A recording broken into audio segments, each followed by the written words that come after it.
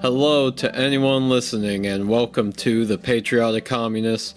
This is Max Rice, and this is the podcast where I advocate for a socialist revolution in the United States of America, and where I analyze current events from a far-left perspective. We are in the historical context where we choose socialism or barbarism, and that has never been more true. In this episode, for current events, I do my best to summarize the whole Julian Assange situation, how what happens to him is so important to our press freedom as a nation, and why we need to release him out of custody immediately. And then I spend some time talking about socialism. So thanks for listening. I hope you all enjoy, and without further ado, time for current events. For the current events this week, I'm going to talk about Julian Assange, and I'm going to try my best to summarize the situation that is happening regarding WikiLeaks, and I'm going to do my best to analyze the real reason the United States government sees him as an enemy, as well as stress the grave implications and forces that are in play here. Julian Assange is an Australian editor, publisher, and activist who founded WikiLeaks in 2006. WikiLeaks is an international non-profit organization that publishes news leaks and classified media provided by anonymous sources. WikiLeaks is a completely credible source. Not once have they ever released false content. They're one of the few effective organizations at holding the people in power accountable for their behavior, largely due to their credibility. And all of these things made Julian Assange a target for many powerful and violent people, as well as governments, mainly the United States and its war industry. One of the key accomplishments of WikiLeaks was the leaking of the documentation of war crimes in Iraq that was provided for by the brave patriot veteran whistleblower Chelsea Manning. She gave WikiLeaks a lot of damning material which exposed the lack of honesty, care, and humanity our military showed regarding civilian lives in our unjust war in Iraq. And she did this because she believed the American people had the right to know what was happening with our tax dollars overseas in combat. And you know what? They did have the right to know. We have the right to know. Her punishment for this noble act was severe. Obama's administration charged Chelsea Manning with a lot of crimes, including the 1917 Espionage Act, which is a law that is pretty much designed to prosecute people that get in the way of the United States war machine, and nowadays it is used against whistleblowers. This was all a blatantly authoritarian move, without a doubt. And while I'm on the subject, I think it is worth mentioning the war against whistleblowers that Barack Obama waged during his administration that a lot of Democratic voters in this country seem to be unaware of, and Republican voters, as people are unaware of this. But the reality of the matter is that during the Obama regime, there were 8 prosecutions under the Espionage Act, which is more than double those under all previous presidents combined. He broke norms, he made significant authoritarian moves during his administration, and now Donald Trump is president, and those terrifying powers have been handed to him.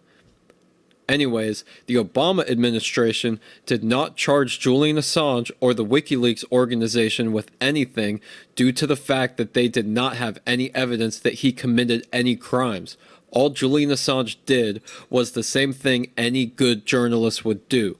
The Obama administration was not willing to make such an aggressive move against the freedom of press, since the Iraq logs are very comparable to many releases mainstream news outlets have done in the past. For example, the Pentagon Papers that the New York Times released back in 1971. Obama did not want to make prosecuting news organizations a normalized thing. Keep in mind, what Julian Assange did was receive classified information and then make the decision the public needed to know about the war crimes their government did, crimes that are being committed in their name, and then he published his findings in order to expose the truth. That is the very essence of journalism, holding the powerful accountable to the truth. Now, unfortunately, this did not mean that they were willing to give up on going after Julian Assange. When they locked up Chelsea Manning, they tortured her for information regarding the transaction of classified materials between WikiLeaks and specifically whether or not Julian Assange had played a role in obtaining the classified information in the first place. They did this because playing a role in obtaining the information is a crime, but simply receiving the information and publishing it is not a crime. And that's actually what happened. And when you torture someone, they will tell you whatever you want them to tell you as long as they think it might stop you from continuing to torture them. So it was a coercive technique in order to prosecute Julian Assange while keeping the freedom of press, I guess, relatively intact, at least in their own fucked up minds. So they were trying to craft a false narrative through depraved and violent means that violated the most basic of human rights in order to have the material they needed in order to indict Julian Assange for a crime that he did not commit. Weird. It seems like they were trying to destroy WikiLeaks, kinda. Seems like they were really bending over backwards, and that's because they know WikiLeaks is a constant threat to their lies. Now, Chelsea Manning is truly a hero. She was tortured and never told them what they wanted to hear. She stayed strong to the truth. And this is one of the reasons that Manning is truly a hero and should be seen as such among all Americans. Now, Chelsea Manning was initially detained in 2010, and the court case went on for a long time and resulted in a sentence, ultimately, of 35 years in prison. Her sentence was commuted in 2017 by Obama on his way out, pretty much, 7 years after she was initially detained. And thank God Obama did this. Perhaps it was his conscience, perhaps it was out of concern over his legacy, who knows. But also, just to be real, it's hard to give him too much credit. It's like thanking the person that stabbed you for covering your medical bills. Now, I really wish this was the end of her suffering. She deserves all of our gratitude for standing up to power and exposing their lies and never compromising her principles or love for this country, even under tremendous pressure. Really an inspiration. Unfortunately, though, the Trump administration has been going after Julian Assange and WikiLeaks more aggressive than the Obama administration even did, and demanded that Chelsea Manning basically throw Julian Assange under the bus by showing up to testify against WikiLeaks to a grand jury in a non-transparent process. She refused and said that she is not willing to participate in the secretive process that was set up against Julian Assange behind closed doors, and she got sent back to jail for contempt of court. So again, just another example of her never giving up on her principles. In this case, she was refusing to testify in a bullshit court case that was set up against Julian Assange, and ultimately against the freedom of press. She's been released again about a year later. Now fast forward to 2018, and the Trump administration is taking it much farther. You know how Obama didn't want to normalize prosecuting news organizations for their news? Well, the Trump administration apparently doesn't give a fuck. In 2018, Julian Assange got an indictment that is very blatantly antithetical to the First Amendment.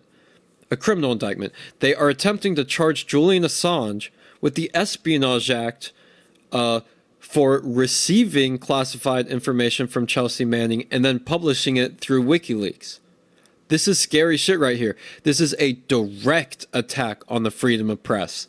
They have historically used the Espionage Act against whistleblowers, i.e. the people who stole the classified information to begin with.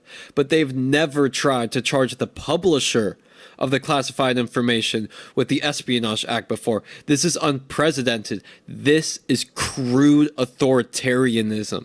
Now, add on top of that, Julian Assange was holding asylum in the Ecuador embassy in the UK, but they kicked him out and handed him over to the UK authorities, who are going to ultimately extradite him to the United States, where our government is going to prosecute Julian Assange and WikiLeaks simply for being journalists, and put Assange in prison literally forever. And this is where we are now. If this ends up really happening, that means there is no freedom of press anymore. That is a death blow to the First Amendment. We already lost our Fourth Amendment with the NSA surveillance program that Edward Snowden uncovered, who, by the way, is another whistleblower that the Obama administration charged with the Espionage Act. Now, the reason I'm talking about this today is because of more bad news related to Julian Assange, and it's related to this COVID-19 pandemic. Right now, Julian Assange is being held in Belmarsh Prison. And in this facility, 150 prison staff are infected with the virus or self-isolating because they're in contact with someone infected. And there are 2 known deaths of inmates, but that number is thought of to be higher by Julian Assange himself. Experts are on record in saying that Assange shows very clear signs of psychological torture, and it has been taking a toll on his mental and physical health.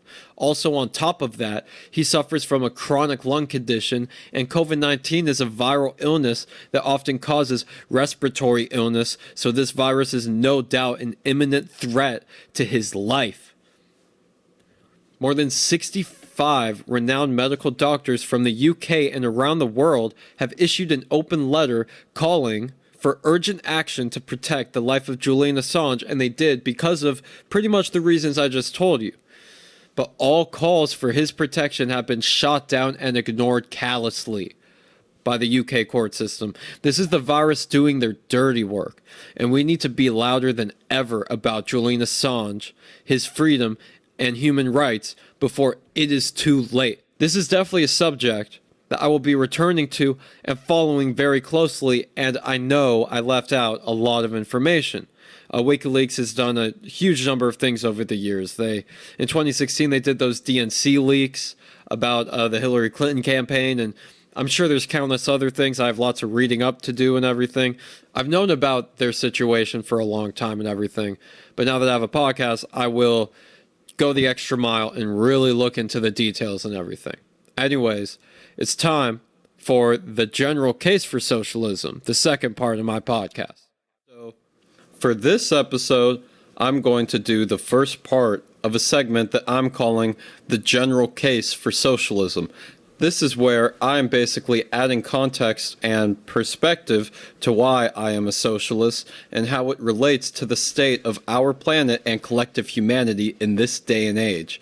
I want to be clear throughout this podcast that everything I say is only a reflection of my personal beliefs, and I'm always open to changing them based on new information and perspective if it is compelling enough. I do not speak for socialists in general. I only speak for myself, and I do my very best to be intellectually honest and actually understand different ideologies and their respective perspectives in an honest way. So if anyone wants to talk politics or send me sources with opposing opinions or just want to send me a news story that they think I should check out, I am more than open to this. I am very welcome to it, and I hope y'all pull through and email me.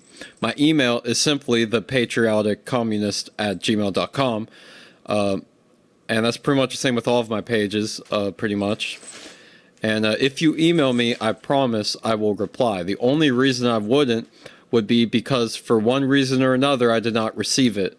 And in that case, try again, maybe DM my Instagram or something. And if I find an email exchange particularly valuable, I will share it and my thoughts on it right here on my podcast. Anyways, time for part 1 of the general case for socialism. The first point I feel like I need to make is that when I'm talking about socialism or democratic socialism, I'm not talking about social democracy. Social democracy is an ideology that is about fixing capitalism through the means of regulation and redistribution of wealth. This is a political concept that works alongside capitalism, and it is not fundamentally a different economic system. Socialism requires the overthrow of capitalism, and it is not an ideology that works alongside capitalism. It is an ideology that requires replacing capitalism with a different system of production and distribution. Put in the most simple terms, social democrats want to reform the capitalist system, and socialists want to overthrow it. In the United States, this is a common misconception, especially due to Bernie Sanders calling himself a democratic socialist when in reality his policies reflect those of a social democrat. The reason I am a socialist instead of a social democrat is very simple, and it is because whoever owns the means of production is who has the real power in a society.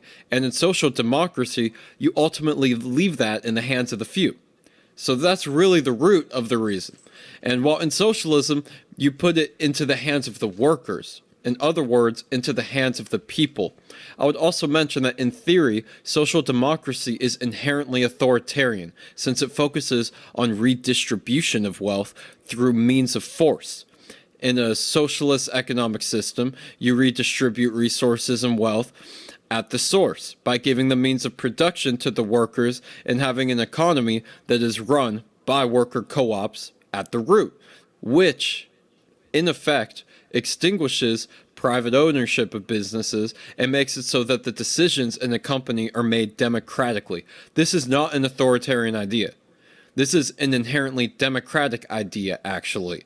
But the idea of having a government take away someone's wealth that they own through means of taxation or whatever else and give it to the public through force, that is authoritarian by definition, which I find ironic because I hear people say that Marxism is authoritarian in progressive media while they're advocating for a system with legitimate authoritarian economic tendencies. I'm not saying that it's some incomparable level of authoritarianism or anything, but social democracy, I mean, that's part of the economic system, is you need a government that practices forms of authoritarianism in order for it to work. And in my opinion, that's a limiting factor that's pretty open to human error. When in a socialist system, that's just not the case. Capitalism is the current dominant economic system of the world, and it is essential to understand what it is in order to understand the necessity for a socialist economic system. In capitalism, money is what runs everything, and the way you make money comes in many different forms, but probably the most common way is through employment. You go to an interview, talk about pay, sign a contract, and they give you a steady income in order for you to pay for your necessities and luxuries, such as shelter, land, food, clothes, and any consumer good you can think of. More often than not, the employer's leverage in this transaction is having more money and owning or working for an owner of a business, which makes the money that you don't have, but you need in order to make a living. The fundamental way that business owners make money in capitalism is by selling goods and services at a cost that is more than what it is actually worth. And this disparity is called a profit. And by paying the least amount of money on any cost in the process, whether this be materials, production, distribution, labor, and anything else, that also results in a higher profit. So they have the incentive of profit more often than not, profit alone. So this is how I would summarize the incentives of the current economic system. Some of the problems that arise out of this incentive structure include the outsourcing of jobs, the destruction of the environment, and the profiting off of endless foreign intervention and warfare, the rise of inequality, the complete corruption of our political institutions, the lack of basic protections and benefits for many workers, and the list goes on. There are many negative psychological aspects to this system as well, and it has proven to not be compatible with human nature at all. It results in power consolidating in unhealthy amounts to the point where mass starvation occurs every day on this planet in the 21st century. Literally thousands of deaths from this mess of a system. Third world countries endlessly exploited because desperate workers are willing to work for less money. The illegal immigrants in this country are endlessly exploited for the same reason, and then they are demonized as if the flaws of this system are to blame on the ones that are most oppressed by it. Yeah, sure, this system pulls some people out of poverty, but only at the expense of forcing others to stay in poverty, and having all the power in society concentrated among the few, while the many are to be grateful and shut up. Now, no doubt, capitalism has its benefits in societies, and it beats the economic systems that came before it.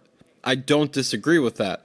And also, capitalism in general is the only reason that we are in a place in this world where we can actually speak about socialism and communism in a way that's easily comprehensible to happen. It's because of the technology and the infrastructure that capitalism has produced for us. Socialism and communism is only a result of capitalism. It could not exist without it. Capitalism was an extremely important step, but it is outdated, and we need to change it because now it's obscene that we still use it, frankly. Anyways, that ends the first part of my Socialism 101 segment. Let me know what you think. Disagree, have any other thoughts? Email me and all of that. I will continue to do this segment. Thanks for listening, and feel free to send me an email if you have any suggestions or feedback, or if you would just want to talk politics. I am the Patriotic Communist at gmail.com. Also, check me out on YouTube, Instagram, Facebook. On all these websites, I'm simply the Patriotic Communist. Anyways, stay safe, y'all, and look out for each other. I will see you next week. Thanks so much for listening to this episode of The Patriotic Communist. All of the music you heard in this podcast was produced and performed by me, Max Rice, and if you would like to check it out, just search Max Rice on any streaming platform. That's MAXRICE. Yes, like the food rice. This is Max Rice signing off. By media, the misdirection of attention benefits big powers I mentioned. Y'all try to lessen the questions and attentions. Money equals power, we gotta kill this connection. These force-fed concepts make no sense. How y'all hating immigrants and we controlled by the 1%. Zombified by screens, dehumanization comes easily. All I hear are American supremacists, but this line of thought is a normality, full of fallacies while we stay combative overseas. Laws and more laws, as far as I can see, and no one cares because of the mass distractions. We're expected to not question how the government uses our taxes unless it's helping people. Then they ramble like that's all to see. The